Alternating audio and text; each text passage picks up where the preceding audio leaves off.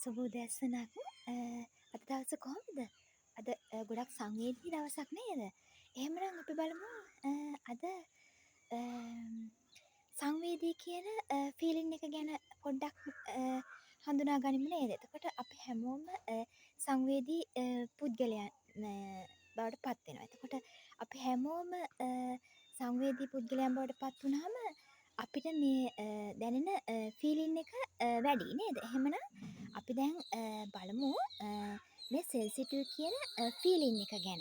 එතකොට මේ සෙන්සිටිව් කියන ෆීලින් එක කොටස් 3කට බෙදෙනවා. කොටස් 3කට බෙදෙනවා මේ සෙන්සිටිව් කියන ෆීලින් එක. එතකොට සංවේදී, අධිසංවේදී, සංවේදී නොවන ඛණ්ඩ තුනට අපි අයිති වෙනවා. එතකොට ඔන්න ඔය කැටගරි තුනේ තමයි අපි ඉන්නේ. එතකොට සංවේදී කියන ෆීලින් එක ගත්තාම අපිට සංවේදී කියන ෆීලින් එක ගත්තාම එතකොට අධිසංවේදී කියන ෆීලින් එක තියෙනවා. එතකොට සංවේදී නොවන ඛණ්ඩේ අපි ඉන්නවා. එතකොට දැන් මේ සංවේදීකම ගැන කතා කරද්දී සංවේදීකම ගැන කතා කරද්දී සෙන්සිටිව් වෙනවා ගොඩක් වෙලාට නේද? අපි ගොඩක් වෙලාවට මේ සෙන්සිටිව් කියන ෆීලින් එක හරිම වැලියබල් ෆීලින් එකක්. එතකොට මේ වැලියබල් ෆීලින් එක අපි යූස් කරන්නේ කොහොමද කියලා තමයි දැන් පොඩක් අපි අයිඩෙන්ටිෆයි කරගන්න ඕනේ. එතකොට මේ සෙන්සිටිව් කියන ෆීලින් එක එතකොට හයි සෙන්සිටිවිටි නේද? එතකොට මේ නෝමල් සෙන්සිටිවිටි එතකොට සංවේදී නොවන කාණ්ඩයේ අපි ඉන්නවා. එතකොට දැන් මේ සංවේදීකම ගැන අපි ගොඩක් වෙලාවට දැන් තමන්ට සංවේදී නේ. එතකොට තමන්ට සංවේදී වෙනවා අපි අවට තියෙන මේ ඒ කියන්නේ අපිට තියෙන සබාදහමට සංවේදී වෙනවා. අවට තියෙන දේවල් වලට සංවේදී වෙනවා. ওই විදිහට දැන් එක පුද්ගලයන්ට අපි සංවේදී වෙනවා නේද? ওই විදිහට සංවේදීකම ගොඩක් දුරට මේ කොටස් වලට බෙදෙනවා. එතකොට එක එක අයිඩියාස් තියෙනවා. හරි. දැන් එතකොට දැන් මේ සංවේදී කියන ෆීලින් එක ගත්තාම මේ තමන්ට සංවේදී වෙන්න ඕනේ. තමන්ගේ ඉමෝෂන් වලට සංවේදී වෙන්න ඕන. තමන්ගේ ෆීලිංස් වලට සංවේදී වෙන්න ඕන. එතකොට තමන්ගේ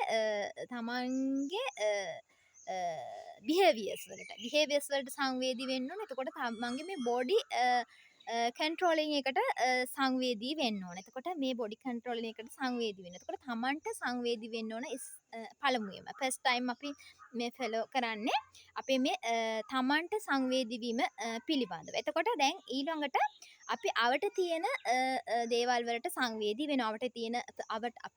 අවට පර්සන්ලා ඉන්නවා කියලා හිතන්නකෝ. එතකොට අවට තියෙන පර්සන්ලට අපි සංවේදී වෙන්න ඕන නේද? එතකොට සංවේදී කියන ෆීලින් එක ගොඩක් දුරට ගැඹුරින් විග්‍රහ කරන්න තියෙනවා. එතකොට ඊට පස්සේ අපි මේ සබාදහමට අපිට අපේ මේ සරවුන්ඩින් එකට මේ අපේ වටපිටාවට අපි සංවේදී වෙනවා. එතකොට මේ සංවේදී කියන ෆීලින් එක ගොඩක් දුරට මේ